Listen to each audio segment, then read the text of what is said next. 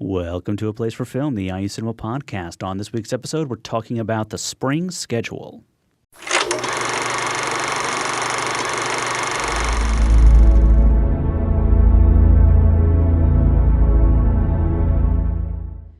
Hello, everyone. Welcome to the show. My name is Andy Hunsucker. And I'm Jason Thompson.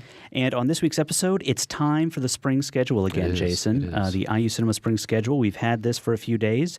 And with us to talk about it this week is the director of the cinema, Jon Vickers. Hi, guys. It's good to be back. Yes. Thank you very much for coming back, John. Sure. And thank you very much for scheduling all this really great stuff. There's a lot of really good stuff on the schedule this time, and we will talk about that here in a little bit. All right. Well, let's talk about the spring 2013 cinema schedule. So, Jason, I think maybe you and I should start and hit a few of these that we're really looking forward to. Oh, my. On the spot. Yeah, just off the top of my head, I want to talk about the Jameson Series because... Yeah, that really jumped out to me for many different reasons. I mean, Spider-Man 2 is probably the best Spider-Man film, I would think. Last Emperor is one that I've always wanted to see, never had a chance to. And then a couple of Terry Gilliam films, Time Bandits, which is a very good film. It's a fun movie. Brazil, which is like one of my top 5 favorite films of all time. I'm so excited to see Brazil. So that's, I think, just as a series, that's the one that I'm most looking forward to. What I think is really interesting about it is that the fact that it has the connection to the school of help me out here. The Sage School of I don't know. It's costume design essentially. Yeah, Sage Fashion Collection and the fashion design program. Yeah. I really had never thought about that as being sort of a connection that we can make at IU, because obviously there's other film series that are connecting to programs here at IU to sort of make that link and then bring people in. But I guess I'd never made that connection before, that IU has that as well in terms of the costume design. So yeah, I think this will be good for them. We thought of that after the fact, and I just thought it would be nice for them. We generally have our filmmakers talk to classes, and generally they're film production classes, but it seemed very fitting that we set up a class visit and tie into their program. But I'm looking forward to this series as well. And we tried to choose films that gave a nice sampling of his career. And what we didn't mention is he's the costume designer for the upcoming Man of Steel as well. And so the reason we threw a Spider-Man film in there is there are some similarities in the costume design. And I think it'll prepare everyone for a good conversation with him when he's here. Absolutely. Let's talk about Christine Vachon. Yeah. She is, I would say she is the indie producer.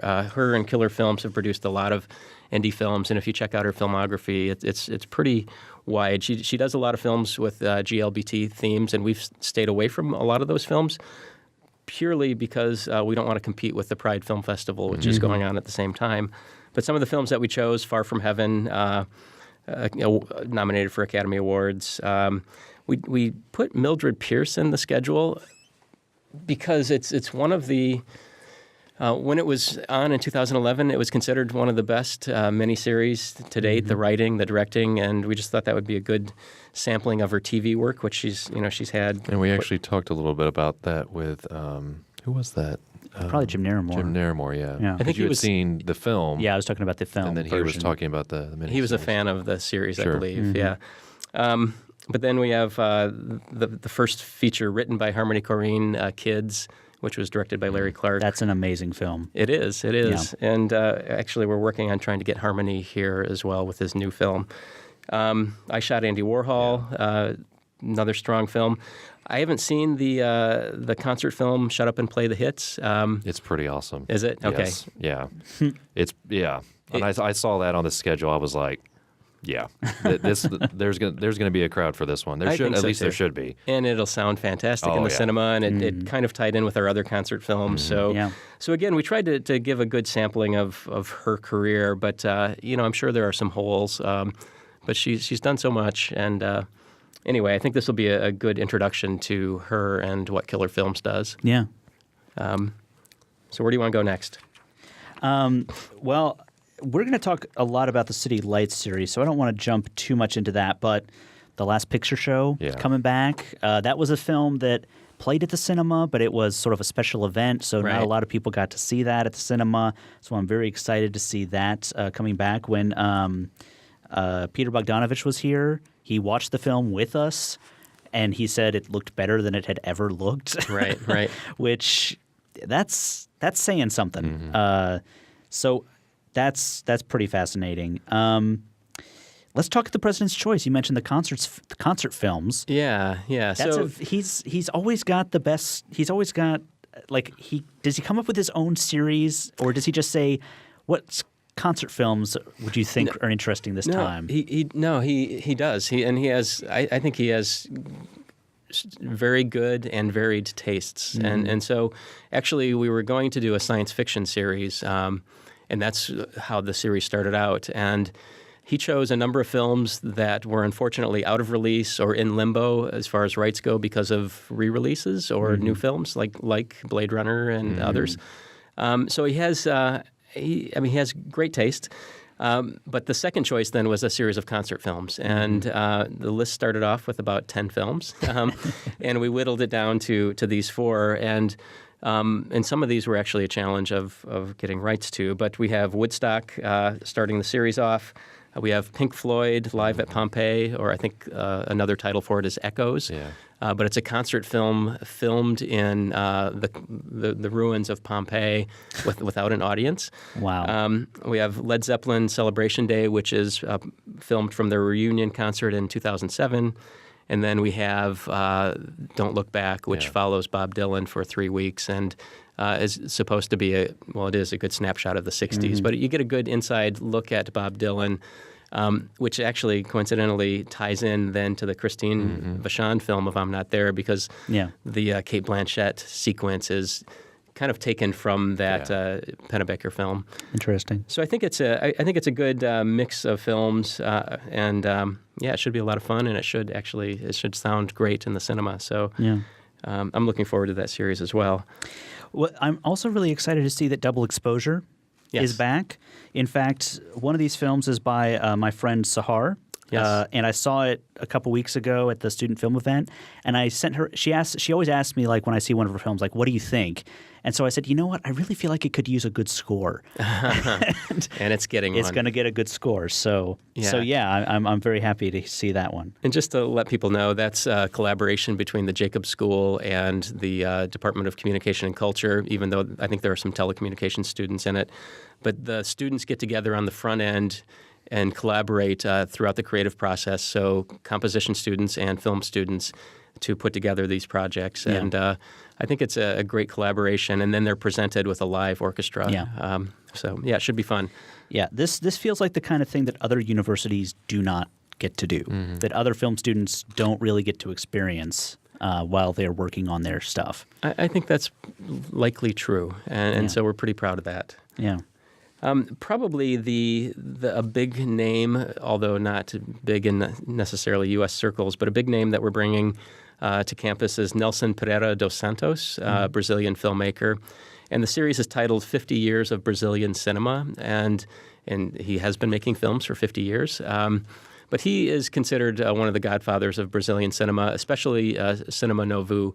And so he is an important figure for us to bring here to campus. And what we're doing, and thanks to Darlene Sadlier, who helped orchestrate a lot of this, but we're starting off a 4-university tour here at Indiana University, and then he goes to Ohio State, UCLA, and then City College in New York. But we're very proud to have him, and we'll have Prince coming in from Brazil. So it's kind of a big deal for us. Yeah, I think it was last year there was a series of films from Brazil, and you said Cinema Novo. Is that the same genre? It is. Okay. So there was a Brazilian series that Richard Pena curated, and he chose at least 2, maybe 3, maybe all 3 of the films were, at least 2 of the films were Cinema Novo. Okay, because I can't remember the name of the film right now, but it had a character that had been in 4 or 5 other films, Coffin Joe. And I found that film mind-blowing in some way. I don't know if any of these films are like that. Yeah.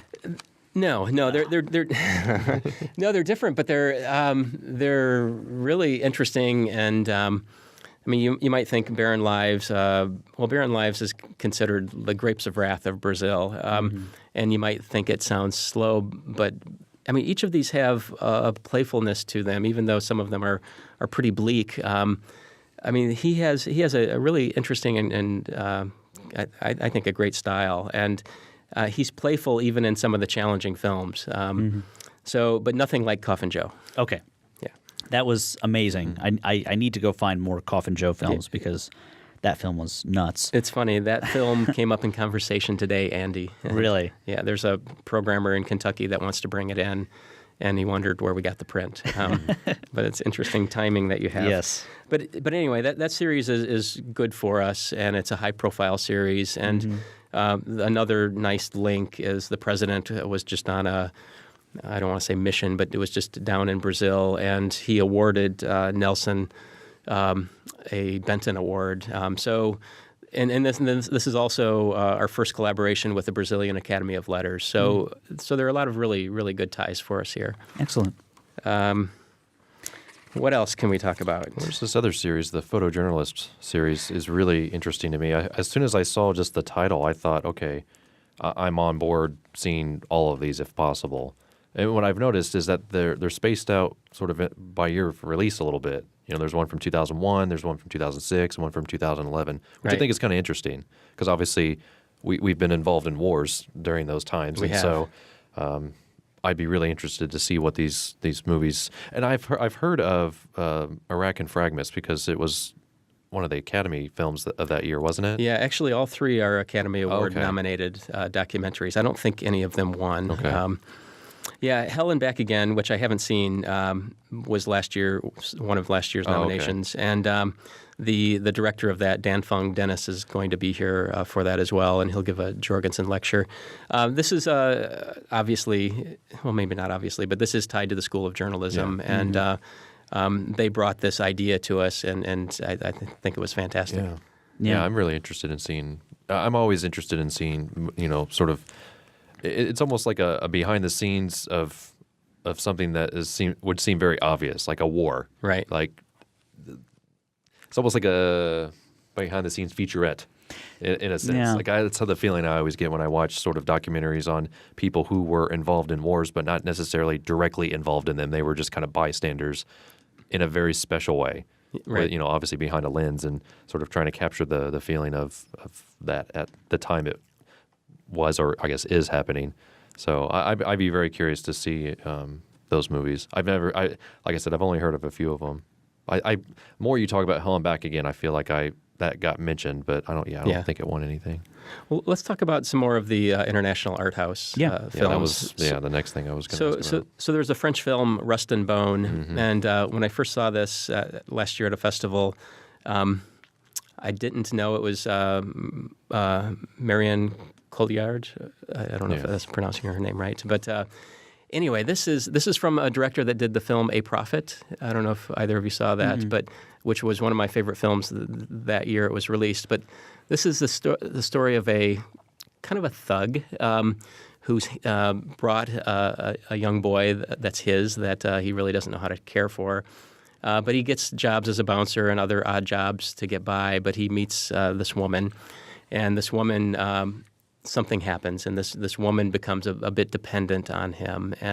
But it's about their relationship, and I'm not articulating it very well, but it's in some ways it's brutal because this thug, this guy, is kind of a brutal being, and he doesn't know how to act around a woman who needs a relationship and. But it's really touching in many ways also, and I'm not selling it very well, but this was one of my favorite films of 2012 actually. Yeah. Another is Tales of the Night, and this one looks fascinating. I'm looking at there's a couple screenshots in here, and I'm like, I'm already there. Like, I really want to see this film just because of the visual style. Well, if anyone's familiar with a silent film called The Adventures of Prince Ahmed, it was the first animated feature-length film, it's done in kind of a paper silhouette type of animation. And this follows that same animation. However, this has much more depth to it. And then to add to the depth, it's filmed in 3D. So we're tying this between, it's a new French film, but we're tying it between the International Art House series and the Cine Kids series. But it's basically an Arabian Nights tale. But the animation is... And the use of 3D, I don't think there's been another 3D animated film with this type of animation. So I think it'll be interesting for people to see. And it's a good story. Chasing Ice, the documentary of the photojournalist who is trying to, in a way, prove that global warming is real. And he's challenged to do so and risk... in many ways, he feels his career as well as sometimes his life to document this, but provide some real statement that these things are happening, and it is tracking the migration of glaciers, and it's actually a well done documentary. In fact, I don't think I saw it on any of the short lists, but I was surprised that it wasn't there. Yeah, and it's beautiful to look at as well. Well, let's talk about the other Cinekids films. One of them is Thief of Baghdad, which I have seen before. This is a silent film with Douglas Fairbanks. Yes. And it's one of his more famous ones. Now, is this the version that's going the version I saw was like colored, but in a it was like just a sort of film. So like one scene was purple and one scene was blue to sort of represent different places where he was. Is that the version that is going to be there? Yeah, this is tinted, yes. Okay. Not tinted throughout, but it is tinted. It's been fully digitally restored and re-released. And so, yeah, I mean, it's a pretty magical film. The sets, the design work, everything was, I think, a bit ahead of its time. And so the special effects... of course, are dated, but for the time, it was, I think, pretty brilliant, and hopefully kids will get into it. Yeah, I mean, no, I totally got into it. It held my attention. It's a 2.5 hour long silent film, but it totally held my attention the whole time because it is. It's an action film, and it's really, really fascinating. Yeah. The other one here is Ponyo, which is a Miyazaki film. I love Miyazaki. I didn't like this film, but because I felt like it was a kids film. This is geared towards a pretty young audience, and so we threw that in there. I mean, I like the film, but you have to go at it with the mindset of a young kid. But we threw that in there because the other films that we have are going to take a little more patience for real young kids, and we wanted the Cine Kids to have a variety for families that have youngsters that aren't going to sit through a 2.5 hour silent film. So so I think, and we wanted to show a Miyazaki, and this really kind of fit that need for us. In my opinion, Miyazaki is up there with, the big filmmakers of this era. So I totally agree. You got to have a Miyazaki in your program at some point. Yeah, in fact, we should have much more. And there were touring prints of a little bit of a retrospective last year that we were too late to latch onto. We probably should have included some in here, but we just couldn't find a place. But we found a place for one. Yeah.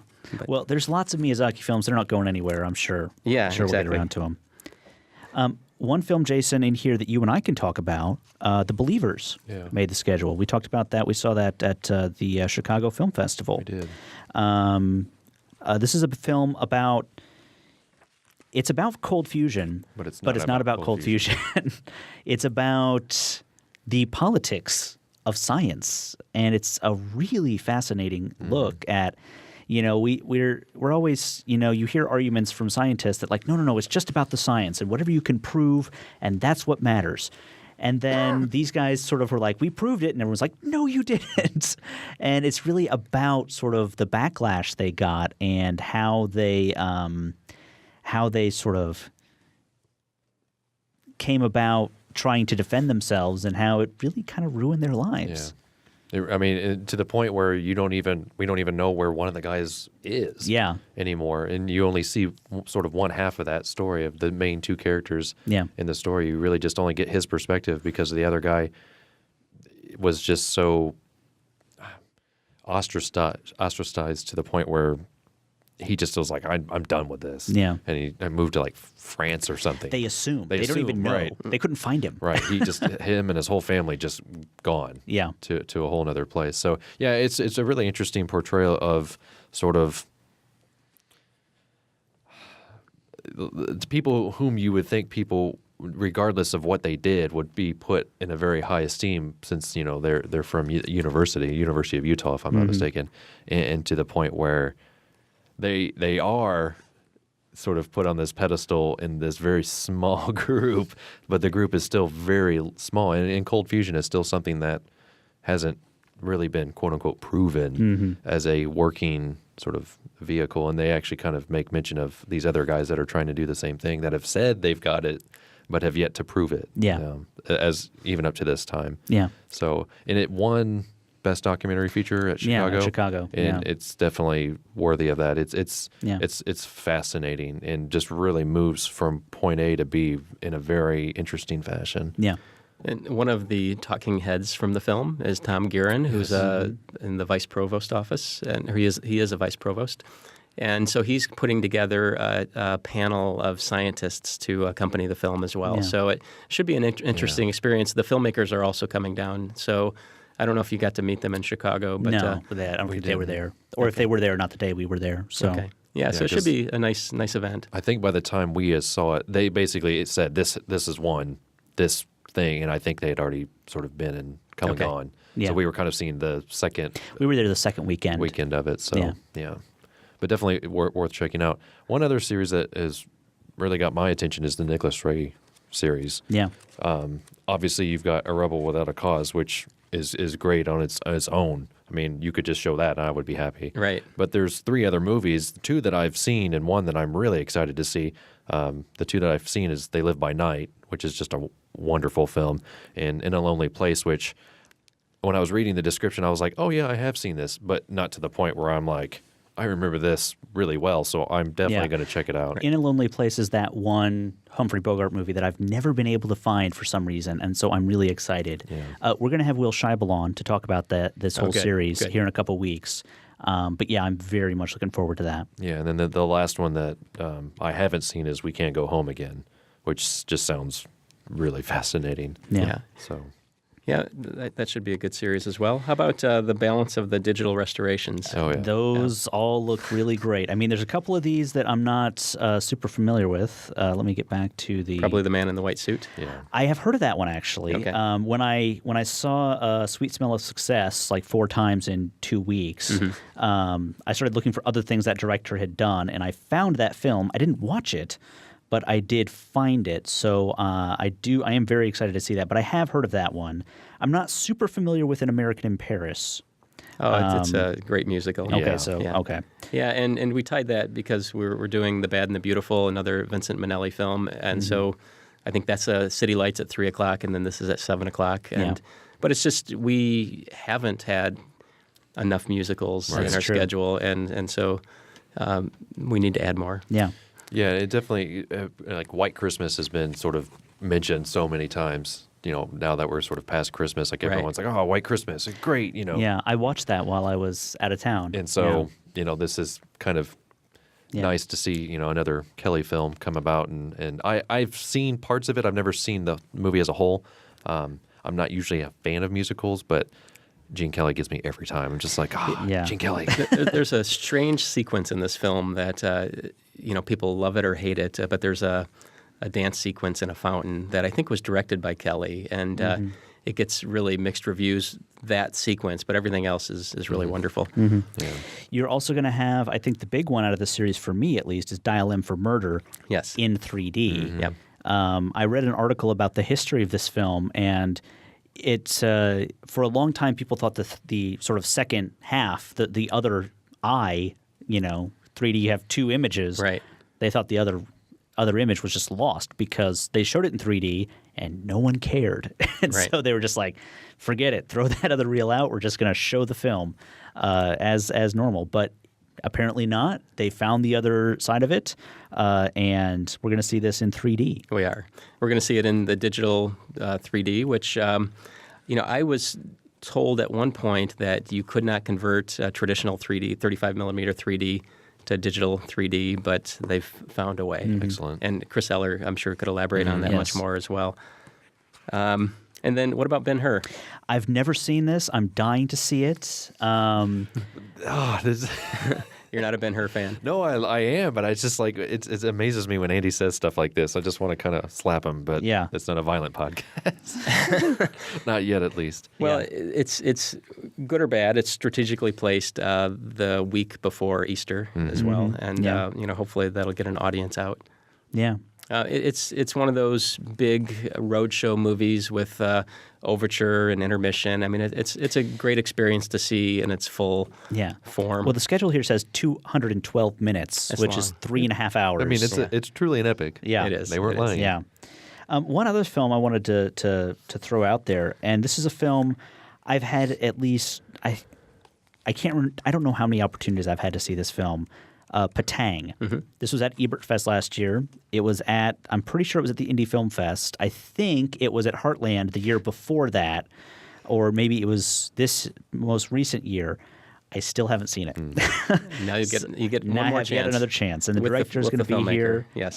So yes, and I saw him at Ebert Fest as well. He was on a panel that I was at, and he was talking about it. And I think some of the actors were on that panel as well. Did he speak well? Yes. Good. Yes, he was very eloquent about his film. It's very interesting.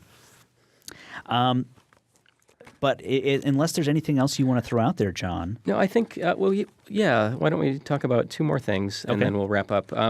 We have a couple other restorations coming. One is Portrait of Jason. It's a Shirley Clarke film, and it's actually, the restoration's not even complete yet, but it will be complete before we have Dennis Doros here from Milestone Films, who will present the film. He was snowed in last time. Correct. Or it was Tropical Storm Sandy kept him from coming.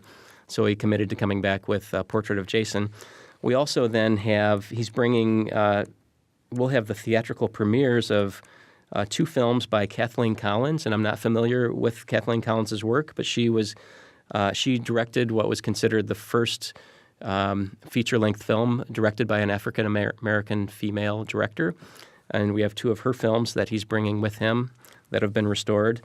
And then we're screening something as part of the Native series called The Daughter of Dawn. And it's a 1920 silent film with an all Native American cast with a Native American director. And it's, if nothing more, it's historically important that here's this drama that's being acted out by all Native Americans from 1920. And there's a restoration in progress of this film through the Oklahoma Historical Society, and we're going to have a member of that society here to talk about the restoration. But it should be interesting, and I'm looking forward to that. Yeah. But yeah, the schedule is full with about 100 titles, like always, and so hopefully there's something in here for everyone. Definitely some interesting things.